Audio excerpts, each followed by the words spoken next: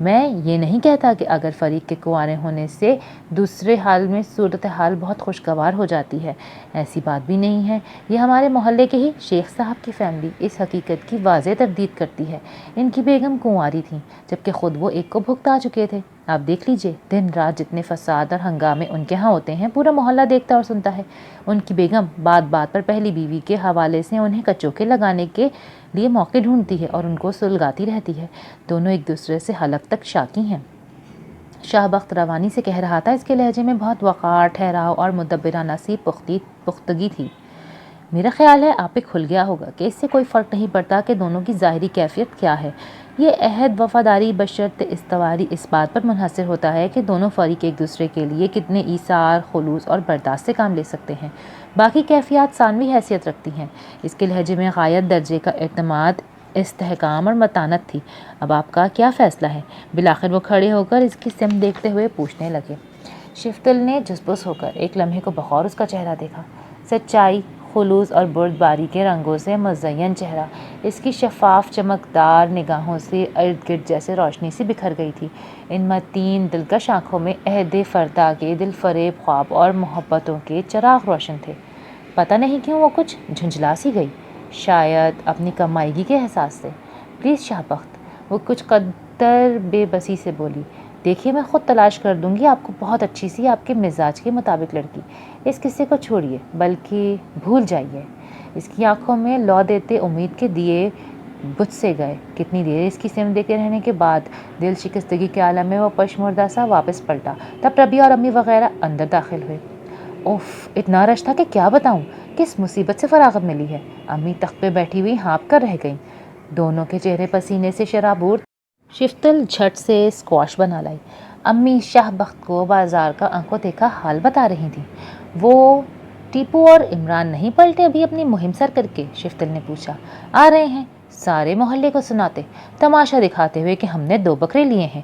راستے میں 200 بندوں کو ٹکرے ماری، ٹھیلوں چھابڑیوں سے ٹکرائے، بسوں گاڑیوں کے آگے پیچھے لپکے۔ کوئی ایک تماشا لگایا ہے؟ امی بڑے مصروف سے انداز میں کوفت سے کہہ رہی تھیں۔ تبھی ان لوگوں کا نزول ہوا۔ اس طرح کے ٹیپو میاں وہ جارحانہ عزائم رکھنے والے صحت مند بکروں، جو کہ تعداد میں 2 تھے، کی رسی بمشکل کھینچتے ایڑی چوٹی کا زور لگا کر بمشکل صحن تک لا رہے تھے، اور ان سے 5 فٹ پیچھے عمران پتلی سی شاخ ہاتھ میں لیے منہ سے لایانی خوف زدہ آوازیں نکالتے تھکے ماندے سے خراما خراما تشریف لا رہے تھے۔ ارے یہاں کیوں لے آئے انہیں؟ ساری سبزیوں کا ناس مار دیں گے، امی نے پکار کر کہا۔ لگتا تھا شاید بکروں نے بھی ان کی بات سن لی۔ جو ہی ہریالی دیکھی رسی توڑا کر سرپٹ بھاگے اور کیاریوں کو پامال کرتے لپ لپ منہ مارنے لگی۔ آن کی آن میں میدان صاف کر دیا۔ امی کے ہزار ششکارنے کے باوجود ٹیپو بکروں کے ساتھ ساتھ عمران پر بھی گرم ہو رہا تھا۔ بھیج دیا تھا میرے ساتھ بڑا پہلوان، مر مر کے ایک بکرے کی رسی پکڑی، وہ بھی ٹکر بھاگا تو یہ محترم بھی ساتھ لڑکتے گئے۔ دونوں ریس لگاتے لگاتے جانے کہاں غروب ہو گئے۔ اتنی خواری کے بعد تو انہیں ڈھونڈا، یہ کالے دھبوں والا تو پورا محمد علی ہے، بلکہ اس سے بھی 2 ہاتھ آگے۔ محمد علی تو بیچارہ 2 ہاتھوں سے باکسنگ کرتا تھا، یہ چاروں پنجے جھاڑ کر سارے بازار پل پڑا مجھ پر۔ یہ بھورے بالوں والا بڑا شریف النفس لگ رہا ہے نا ابھی آپ کو، مگر آپ اس کی صورت پر نہ جائیے گا۔ مین روڈ کے بیچوں بیچ مرد و زن کے سامنے بے حجابانہ پاپ میوزک بجا کر خود ہی اس پر تھرک رہا تھا۔ بے شرم کو خواتین سے بھی حیا نہیں آئی، اور گستاخ تو بلا کا ہے۔ بے ادب نے ایسا سنگ کھبویا بیچارے عمران کی پسلی میں، ہائے ہائے۔ عمران میاں نے جو ہمدردی کا ابلتا ہوا چشمہ اور روان دیکھا تو اسے بھی اپنی صعوبت رفتہ رفتہ یاد آ گئی۔ پسلی پر ہاتھ رکھ کر بھاں بھاں کر کے رونے لگا۔ بس کرو یار، بکرے برا مان جائیں گے۔ آنکھیں ملتے ہوئے نرمل بھی ادھر ہی آ گئی۔ میوزک کے دلدادہ بکرے کی اتفاقیہ نظر اس پہ پڑی۔ اس کے ہرے رنگ کے کپڑے دیکھ کر شاید اسے بھی ہری ہری سوچنے لگی۔ ایک نعرہ مستانہ لگا کر نرمل کی طرف دوڑا۔ اس سے پہلے کہ بچاؤ کے لیے وہ کچھ کرتی، بکرے میاں کی بھرپور ٹکر اس کے پہلو میں لگی۔ وہ ایک دلخراش چیخ، فلک شغاف چیخ مار کے وہیں ڈھیر ہو گئی۔ ٹیپو نے بسرعت بکرے کو کھینچ کر پرے کیا۔ ربیہ اور شفتل نرمل کی سمت بڑھ کر اسے سنبھالنے لگیں۔ اب آپ بس بھی کریں نا، بکرے برا مان جائیں گے۔ عمران میاں نے دھواں دھار روتی کرہاتی نرمل کو دیکھ کر بگڑے بگڑے لہجے میں گویا بدلہ چکایا تھا۔ بکرے میاں ٹیپو کے ہاتھوں بے قابو ہو کر موٹر سائیکل کی سمت بڑھے۔ ایک نظر اس قوی ہیکل بدحیت سی چیز کو بظاہر بے نظاری سے دیکھا، پھر بیکار جان کر ٹھاڑ سے ٹکر مار کر اگلی ہیڈ لائٹس توڑ ڈالیں۔ اوفو، آپ نے بھی کنہیں بھیج دیا بکرے خریدنے؟ محترم اپنے جیسے تقریبی و تجریدی مزاج والے بکرے چن کر لائے ہیں۔ کسی نیک شہرت کے شریف صورت بکرے میرا مطلب بندے کو بھیجنا چاہیے تھا اس کام کے لیے۔ شفتل نے تنک کر صاف ٹیپو پہ چوٹ کی۔ چور کی داڑھی میں تنکا کے مصداق تقریب کاری میں مگن بکرے کے کان کھڑے ہو گئے۔ محترم کو شاید اپنی بے عزتی کچھ بھائی نہیں۔ منہ اٹھا کر شفتل کی سمت لپکے۔ وہ بے ساختہ تخت کے پیچھے کھڑے شاہ بخت کے پیچھے ہو گئی۔ اپنی بے اختیارانہ ہونٹوں پہ در آنے والی مسکراہٹ دباتے ہوئے شاہ بخت آگے بڑھا اور پھرتی سے منچلے بکرے کو پکڑ لیا۔ دونوں کو پکڑ کر دیوار کے ساتھ فاصلے سے ٹھوکے گئے کھونٹوں پہ باندھ دیا تو سب نے سکون کا سانس لیا۔ توبہ، کس قدر اکھڑ مزاج ہے یہ خبیث! دانت کچکچا کر ٹیپو نے اپنے شیروں کو دیکھتے ہوئے کہا، جو اب کھونٹے سے بندھے معصومیت اور مظلومیت کے پیکر لگ رہے تھے۔ ربیہ، تسلے میں پانی لے کر آؤ ان کے لیے۔ ربیہ نے برتن لا کر قدرے فاصلے پر رکھ دیا۔ بکرے کچھ پس و پیش سے کام لے رہے تھے۔ پی لو پی لو بھائی، پی لو۔ ٹیپو نے ان کے پاس جا کر ان کے بالوں پر ہاتھ پھیرتے جیسے تھپکی دیتے ہوئے کہا، جس قدر پینا ہو پی لو ان کے ہاتھ سے۔ آب جنت تو بہت ہوگا، یہ پانی پھر کہاں؟ اس نے بڑے برجستہ سے انداز میں برمحل شعر پڑھا تھا۔ ایک فہمیشی قہقہہ بلند ہوا۔ لگتا ہے کلیات نذیر اکبر آبادی تم نے واقعتاً گھول کے پی لی ہے۔ شفتل نے ہنستے ہوئے فقرہ کسا۔ کچھ اور سنو گی؟ اس کے ہاتھ بدستور بکروں کا بدن سہلا رہے تھے۔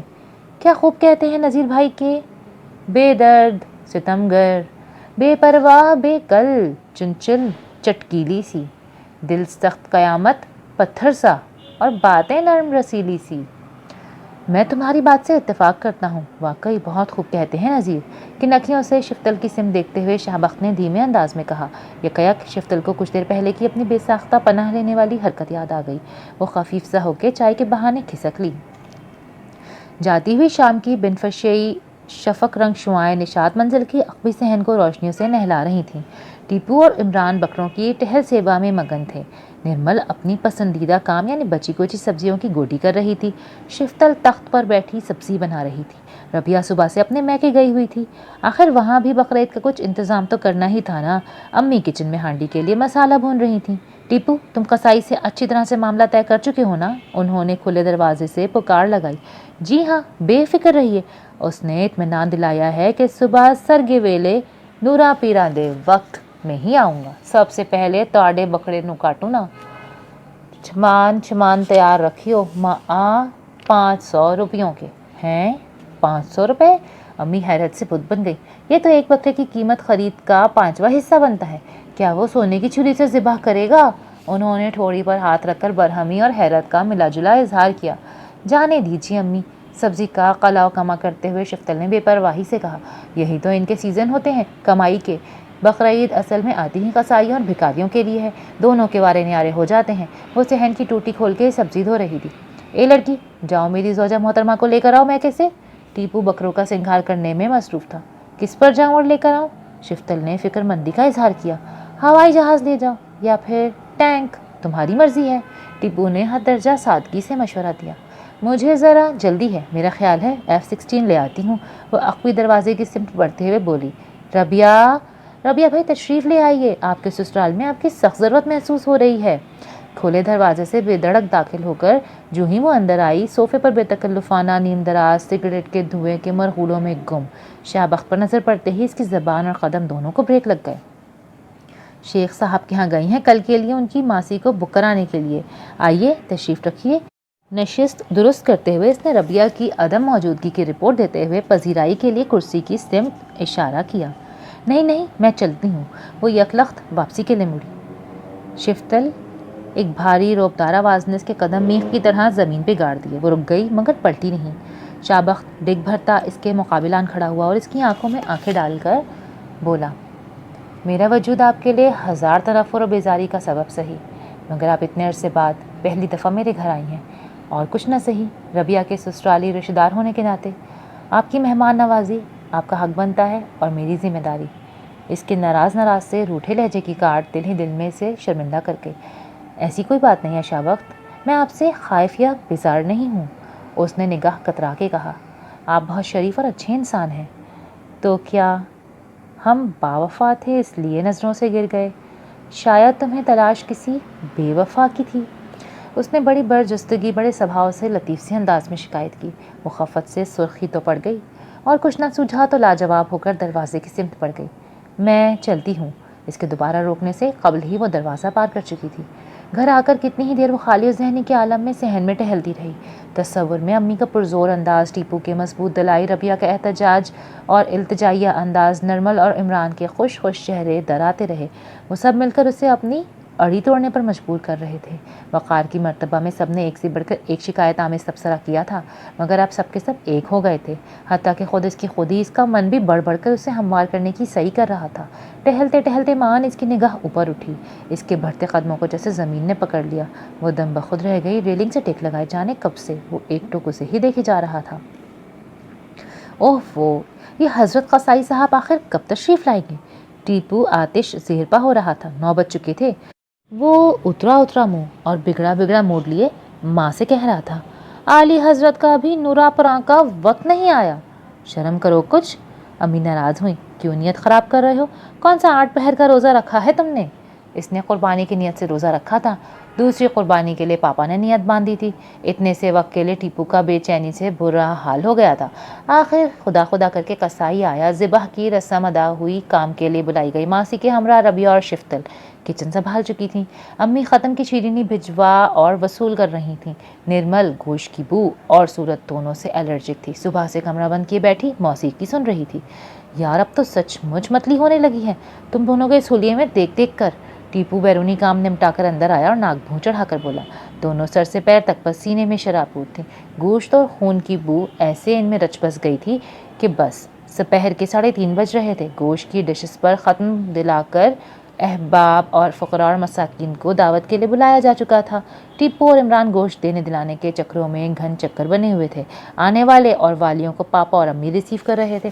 اچھا ہری اپناؤ، ہمارا کام خلاص، اب بجلی سے زیادہ تیزی سے چینج کرو، سب مل کر چلتے ہیں لمبی ڈرائیو پر، سیر و تفریح کریں گے، گھومیں گے، عیش کریں گے، گائیں گے، جھومیں گے اور ناچیں گے۔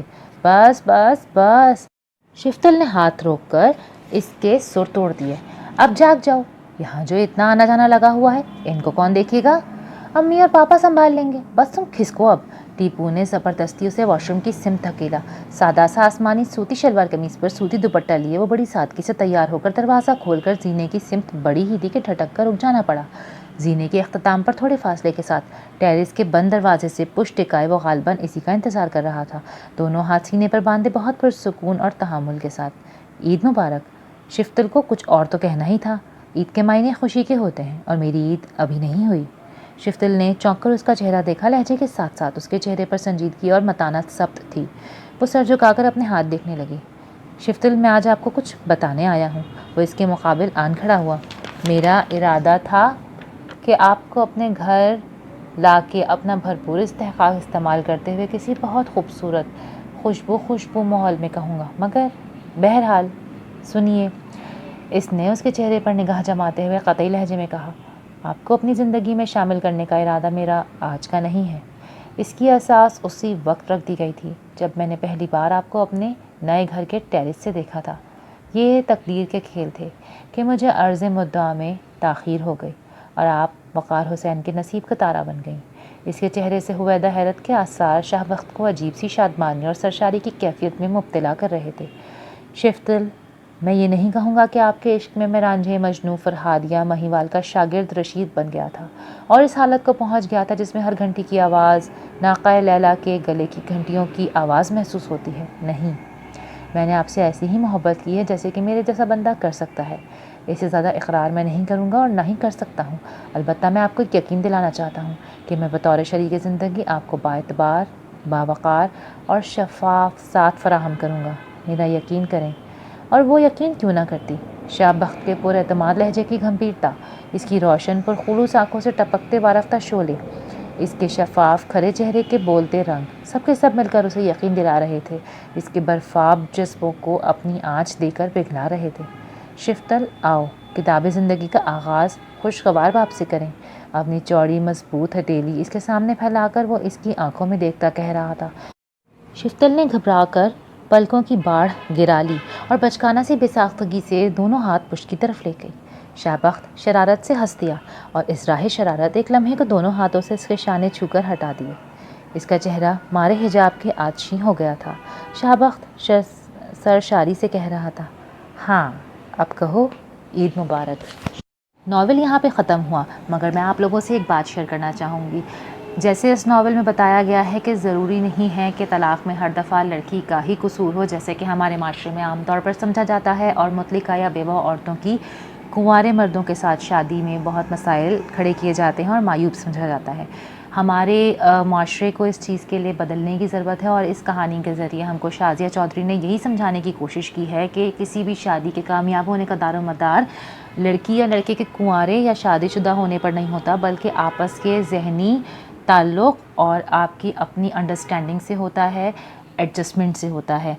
تو آئی ہوپ آپ لوگوں کو ناول سمجھ آیا ہوگا اور بہت پسند آیا ہوگا۔ ملتے ہیں کسی اور بہت اچھے ناول کے ساتھ کسی نئی ویڈیو میں، تب تک کے لیے اگر آپ کو میرا چینل اچھا لگتا ہے تو اسے سبسکرائب کیجئے، لائک کیجئے اور شیئر ضرور کیجئے گا۔ ملتے ہیں اگلی ویڈیو میں، تب تک کے لیے اللہ حافظ۔